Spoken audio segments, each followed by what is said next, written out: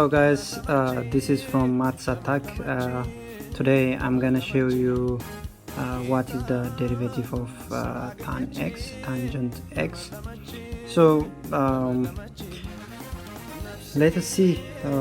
So we know that derivative of tan of x can be written by tan x.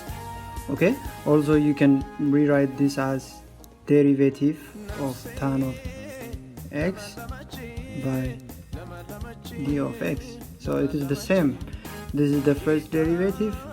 So we know that tan of x is sine x over cos of x, right? From trigonometry. So that means we are going to derive tan of x. That means we can derive sine x by cos x. Okay, that is it. So if we want to derive this ratio, we have to use the division rule from the derivative law. There are different derivative laws. From that we have to use the division. For example, if we have a function h of x given by g of x over f of x, so if we want to derive h of x, that means is g of x divided by f of x, the whole derivative. Okay, the whole derivative. So if we use the g of x by f of x, the whole derivative means is, if we use the division rule, that means g of x derivative times f of x is kept constant minus g of x, here it is kept constant, times f of x derivative.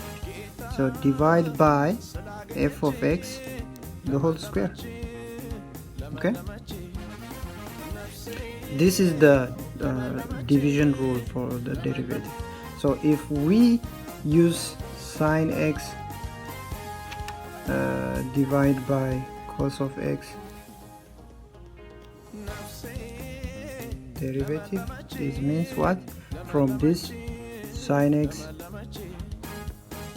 derivative times cos of x minus sine x times cos of x, the whole derivative, divided by cos of x, the whole square. That means sine x derivative is simply cos x times cos x minus sine x times cos of x derivative is, we know that it is minus sine of x, divided by cos the whole square x.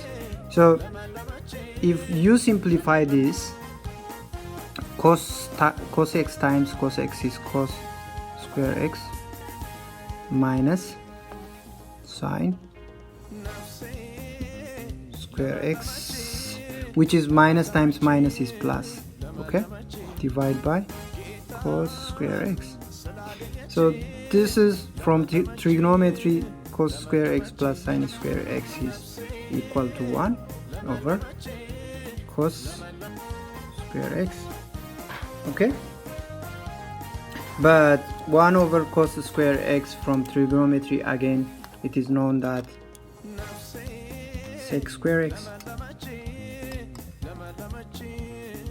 Okay, so derivative of tan x is finally, become sec square x. So this is our final answer. Thank you for watching. Please subscribe to watch another videos. Thank you. See you.